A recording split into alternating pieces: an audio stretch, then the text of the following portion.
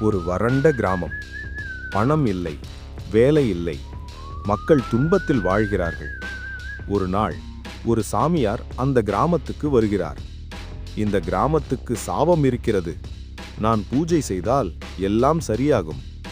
நம்பிக்கையற்ற மக்கள் அவரை நம்ப ஆரம்பிக்கிறார்கள்.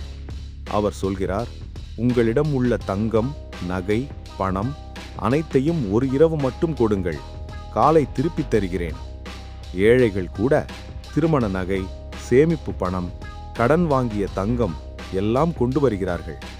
அந்த இரவு பெரிய பூஜை நடக்கிறது. மந்திரம், தீ, புகை. நம்பிக்கையுடன் மக்கள் தூங்குகிறார்கள். காலை சாமியார் இல்லை, பெட்டி இல்லை, நகை இல்லை. அவர் எல்லாவற்றையும் எடுத்துக்கொண்டு ஓடிவிட்டார். மக்கள் அழுகிறார்கள்.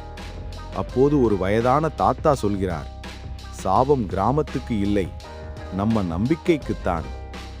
கடவுளை நம்புங்கள், ஆனால் மனிதர்களை கண்மூடித்தனமாக நம்பாதீர்கள்.